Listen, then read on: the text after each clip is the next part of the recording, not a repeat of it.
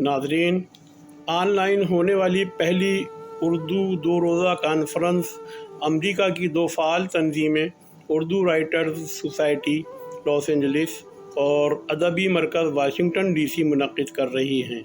میں اس موقع پر دونوں تنظیموں کے منتظمین اور اراکین کو مبارکباد پیش کرتا ہوں۔ میرے مضمون کا عنوان ہے موجودہ عہد میں ظرافتی شاعری۔ مشہور تنقید نگاروں کا قول ہے کہ طنز و مزاح تلوار کی دھار پر چلنے کے مترادف ہے۔ خصوصاً مزاحیہ شاعری کی سرحدیں فحاشی اور ابتذال سے اس قدر قریب ہیں کہ ذرا سی لغزش بڑے بڑے مزاح نگاروں کو بھی فن کی بلندیوں سے نیچے دھکیل دیتی ہے۔ لیکن وقت گزرنے کے ساتھ عہد حاضر میں مزاح نگاروں نے اسلوب بیان کے ساتھ موضوعات کا تنوع بھی پیش کیا ہے اور مزاحیہ شاعری ارتقائی مراحل طے کرتی ہوئی جدید ترین لہجے اور اسلوب تک آ پہنچی ہے۔ کامیاب مزاح نگار نہ صرف زندگی کی بھرپور عکاسی کرتا ہے بلکہ ہمیں گدگدانے کے بعد سوچنے پر بھی مجبور کرتا ہے۔ میں پورے وثوق کے ساتھ اپنی بات کی تائید میں کہنا چاہتا ہوں کہ مزاحیہ شاعری آج کے عہد میں نہ صرف ادب کا حصہ ہے بلکہ اسے ادب عالیہ کہا جائے تو بے جا نہ ہوگا۔ جعفر زٹلی سے لے کر پاکستان کے مزاح نگاروں تک اردو ادب میں لاکھوں غزل نگاروں کے مقابلے میں تقریباً صرف 100 مزاحیہ شاعروں کے نام آتے ہیں، جن میں لچر، ابتذال، عامیانہ، پھکڑ لکھنے والے بھی شامل ہیں اور ایسے شعراء بھی موجود ہیں جن کے نام سے طنزیہ مزاحیہ شاعری کی تاریخ لکھی جائے گی۔ میں اپنی دلیل میں یہ ضرور کہوں گا کہ اگر مزاحیہ شاعری ادب کا حصہ نہیں ہے تو کیا یہ ممکن ہے کہ اکبر الہ آبادی، نذیر اکبر آبادی، ظریف لکھنوی، راجہ مہندی علی خان، محمود سرحدی، نذیر احمد شیخ، شوکت تھانوی، سید محمد جعفری، مجید لاہوری، ظریف جبل پوری، سید ضمیر جعفری اور دلاور شگار جیسے شعراء کو ادب سے خارج کر دیا جائے گا؟ یہ بات ٹھیک ہے کہ مزاحیہ شاعری میں آج تک کوئی غالب اور اقبال پیدا نہیں ہوا، یہ بھی حقیقت ہے کہ غالب اور اقبال مزاحیہ شاعری کے بغیر نہیں رہ سکے۔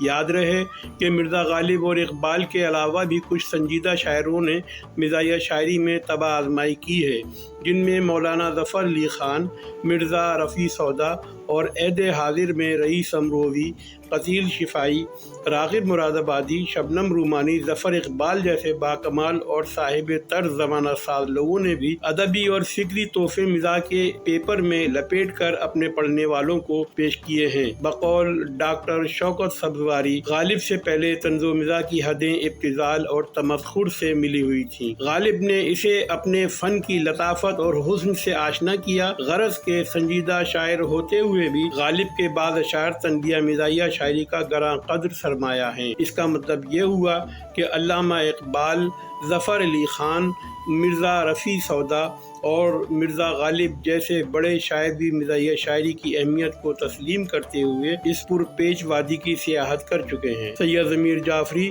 کہا کرتے تھے، مزاحیہ شاعری کا کام ذہنوں کی پالش کرنا ہے، مالش کرنا نہیں، اور جو شاعری پالش کے ذریعے ذہنوں کی تربیت اور معاشرے کی اصلاح کا فریضہ انجام دے اسے تفریح کس طرح کہا جا سکتا ہے؟ ہمارا المیہ یہ ہے کہ ہم ہر شاعر کو مشاعرے کی داد اور مشاعرہ لوٹنے کے پیمانے سے ناپتے ہیں۔ فلمی دنیا کی طرح مشاعرے میں بھی بہت سے رنگیلے اپنی حرکات و سکنات کو ڈرامائی رنگ دے کر ماحول پر چھا جانے کی کوشش کرتے ہیں۔ منہ بگاڑ کے شعر سنانا، شاعری سے پہلے لطیفوں کی بھرمار، فلمی گانوں کی دھن پر اپنے گلے کا بیجا استعمال، جیسے عاشق کی دعائیں لیتی جا، جا تجھ کو پتی کنگال ملے، اس قسم کی شاعری کرنے والے پاگل، گرگٹ، پاکٹ مار، مضحکہ خیز تخلص رکھ کر سامعین کو کھوکھلے قہقہے لگانے پر مجبور کرتے ہیں، لیکن اس فوش نگاری اور حجو گوئی سے ادب کشید کرنے کی توقع بے سود ہے۔ افسوس کی بات یہ ہے ایسے سامعین بھی میسر آ جاتے ہیں جو اس ٹھٹول بازی پر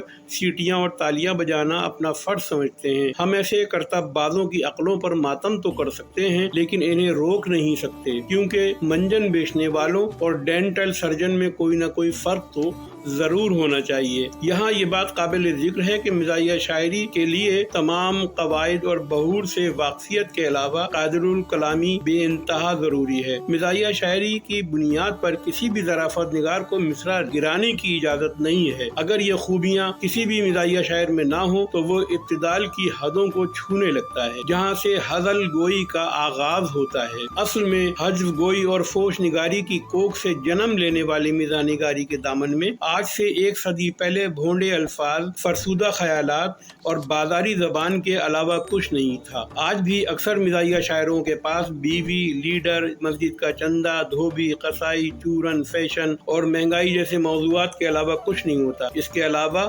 فرسودہ الفاظ جیسے پھڈا، چھوکری، جورو، کلموہی، لوٹا، چمچا جیسے الفاظ سے ہنسانے کی ناکام کوشش کی جاتی ہے، جس کے بعد مزاح نگاری کو تفریح کا الزام دینا ایک فطری امر ہے۔ اس ضمن میں معذرت کے ساتھ یہ بھی عرض کروں گا کہ موجودہ عہد میں سستی شہرت اور مشاعرے میں تالیاں بجوانے کے لیے مزاحیہ شاعری میں لطیفے منظوم کرنے کا رواج بھی عام ہوتا جا رہا ہے۔ کتے کے کھانے کا کیک، حج ادا کرنے گیا تھا قوم کا لیڈر، یا ملا اور مرغے کو مرغی پسند ہے جیسے لطیفوں کو منظوم کرنا مزاحیہ شاعری کی معراج نہیں ہے۔ اگر لطیفے ہی سننا ہے تو سامعین کے لیے ہمارے ملک میں فلمی مسخروں کی کمی نہیں ہے۔ قیام پاکستان کے بعد 3 دہائیوں تک سید محمد جعفری، مجید لاہوری، ظریف جبل پوری، راجہ مہندی علی خان، بلبل کاشمیری، شوکت تھانوی، مسٹر دہلوی، سید ضمیر جعفری اور دلاور فگار آسمان ظرافت کے افق پر چمکتے رہے، اور تنزیہ مزاحیہ شاعری کا دامن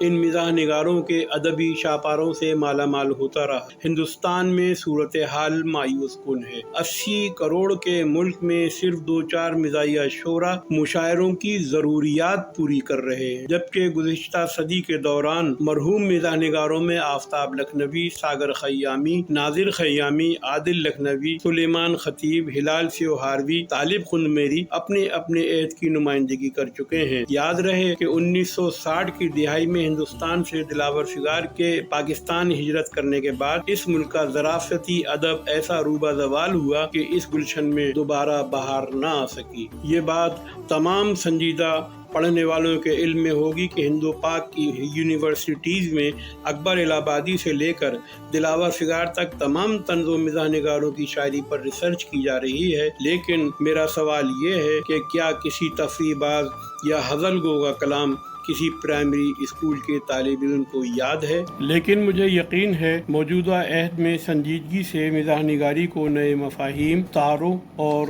طرز بیاں سے روشناس کرانے والوں کو مستقبل کا مورخ کبھی فراموش نہیں کرے گا۔ شکریہ۔